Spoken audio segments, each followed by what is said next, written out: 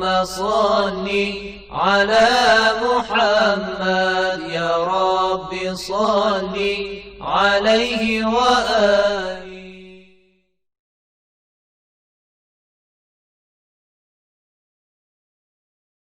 A'udzu billahi minasyaitonir rajim. Bismillahirrahmanirrahim. Alhamdulillahi rabbil alamin wassalatu wassalamu ala rasulil a'zam Muhammad sallallahu alaihi wa alihi wasallam wa ala ahli baitihi thayyibin tahirin. Aqul lakum assalamualaikum warahmatullahi wabarakatuh. Para pemirsa dan pendengar yang dirahmati oleh Allah Subhanahu wa taala, marilah senantiasa kita bersyukur atas segala nikmat yang Allah berikan kepada kita, dan marilah kita selalu berjuang, berusaha dengan keras untuk bisa membersihkan hati, mensucikan jiwa, dengan tujuan supaya hidayah Allah Subhanahu wa taala bisa berpengaruh dalam diri kita. Pada kesempatan yang lalu kita telah menyebutkan pendapat yang pertama yang mengatakan bahwa zat Allah itu bukanlah sifatnya. Dan pendapat ini pun terbagi menjadi dua, ada yang mengatakan sifat Allah itu qadim dan ada yang mengatakan sifat Allah itu hadits. Dan kita sudah menyebutkan sanggahan dan bantahan daripada pendapat tersebut. Kemudian muncullah pendapat yang kedua terkait dengan relasi antara zat dan sifat.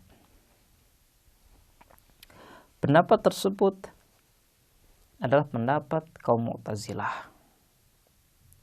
Mereka mengatakan bahwa sifat itu bukan zat Allah Subhanahu wa taala. Makanya mereka membawakan satu penjelasan dari Al-Imam Ali bin Abi Thalib yang mengatakan kamalul ikhlasi lahu nafis sifati anhu. Kalau kita ingin ikhlas kepada Allah, kita ingin bertauhid secara murni kepada Allah, maka kita harus meniadakan sifat-sifatnya. Kaum Mu'tazilah mengatakan bahwa karena sifat Allah dengan zatnya adalah dua hal yang berbeda. Pertama. Kedua,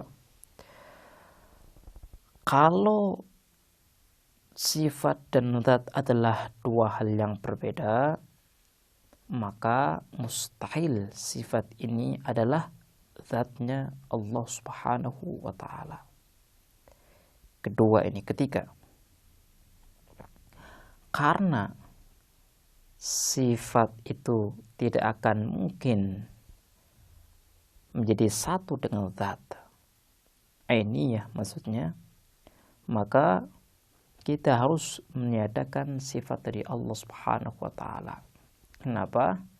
Karena kalau seandainya kita masih bersikukuh menerima bahwa Allah Subhanahu wa taala memiliki sifat, maka kita akan terjerumus kepada pendapatnya Asy'ariyah yang mengatakan bahwa sifat Allah itu bukanlah zat Allah dan sifatnya itu qadim atau sifatnya itu hadits.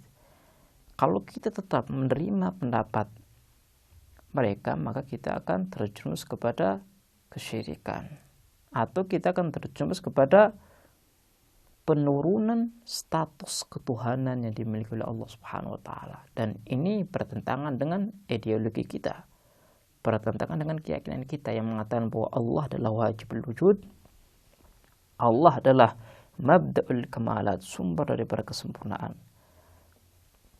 Zat yang seperti ini apakah mungkin menjadi zat yang lemah? Zat yang seperti ini apakah mungkin memiliki sekutu?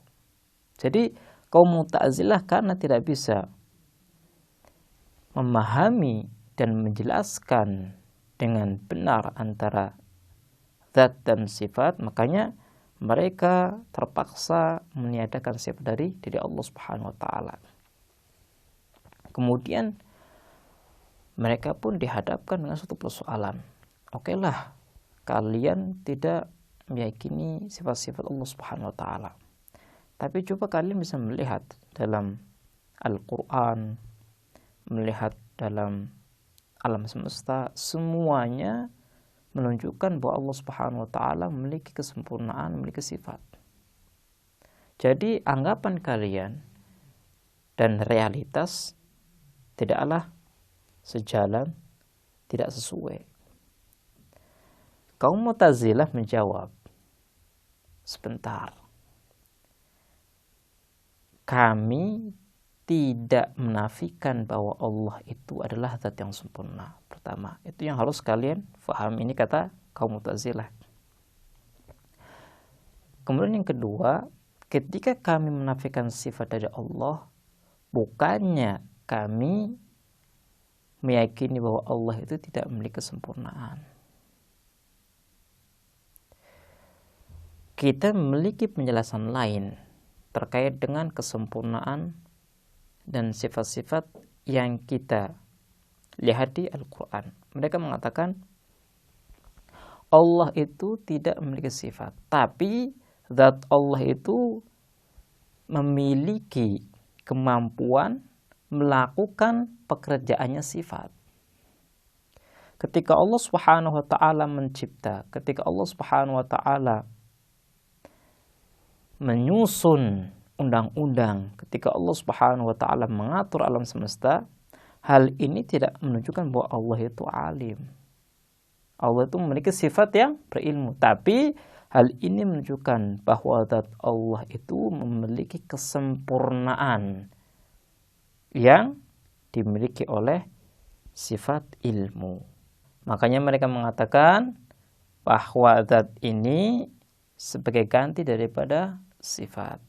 Jadi kesempurnaan yang Allah miliki tidak melazimkan bahwa Allah itu memiliki sifat.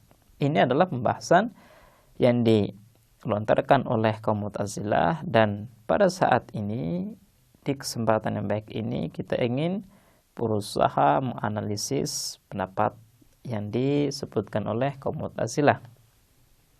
Oke lah, kalian sudah memahami konsekuensi daripada pendapat Asy'ariyah.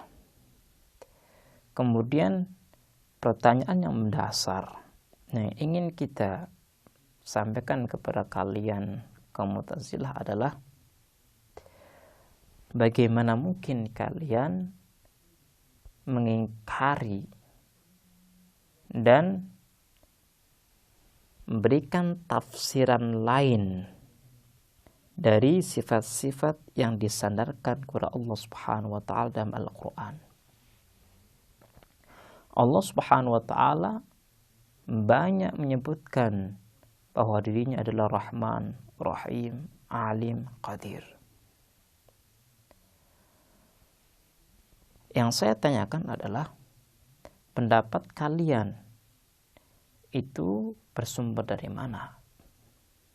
Padahal Al-Quran dengan jelas mengatakan Allah itu Qadir. Artinya ada penisbahan sifat kepada zat Allah Subhanahu wa taala.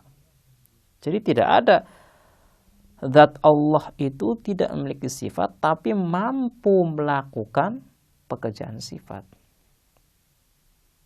Kalau kita ingin lebih jeli, lebih teliti memandang pendapat ini, maka kita akan katakan zat Allah Subhanahu wa taala yang mampu melakukan pekerjaan sifat, maka kita bisa mengatakan bahwa zat Allah itu memiliki sifat. Apa bedanya kita mengatakan zat Allah itu memiliki sifat alim dengan zat Allah itu mampu melakukan pekerjaan sifat? Karena kalau kita melihat secara realitas, kesempurnaan yang muncul dari keduanya sama. Jadi tidak bisa kita mengatakan karena Allah Subhanahu wa taala adalah zat yang maha sempurna, dan ketika zat yang maha sempurna memiliki sifat yang bukan zatnya, maka ia akan mendapatkan kekurangan atau aib, maka kita menafikan sifat dari dirinya. Hal ini tidak sesuai dengan Al-Quran, tidak sesuai dengan hadis-hadis Nabi. Bukankah kaum Mu'tazilah sebagai kelompok teolog memiliki keyakinan bahwa salah satu sumber pembahasan ideologi, pembahasan akidah, pembahasan teologi adalah Al-Quran dan hadis. Nah, kita menemukan banyak ayat, banyak hadis yang menisbahkan sifat kepada Allah Subhanahu wa taala. Dan ini tidak bisa kita tafsirkan dengan apa yang disebutkan oleh kaum Mu'tazilah. Dan apa yang mereka katakan tentang perkataan Al-Imam Ali bin Abi Thalib yang berbunyi kamalul ikhlas li lahu nafis sifati anhu, hal ini tidak membuktikan bahwa apa yang mereka katakan adalah kebenaran. Kenapa? Karena Al-Imam Ali bin Abi Thalib telah menyebutkan berbagai sifat yang dimiliki oleh Allah Subhanahu wa taala. Al-Imam Ali bin Abi Thalib pun membacakan Bismillahirrahmanirrahim dan berbagai sifat yang beliau bacakan dan sebutkan. Jadi pendapat kaum Mu'tazilah tidak sesuai dengan Al-Quran dan tidak sesuai dengan hadis dan tidak sesuai dengan akal kita, karena kita mengetahui bahwa sesuatu yang tidak memiliki sifat artinya dirinya tidak memiliki kesempurnaan. Baiklah, insyaallah kita akan meneruskan bahasan ini di kesempatan yang lain. Kita akhiri. Wassalamualaikum warahmatullahi wabarakatuh.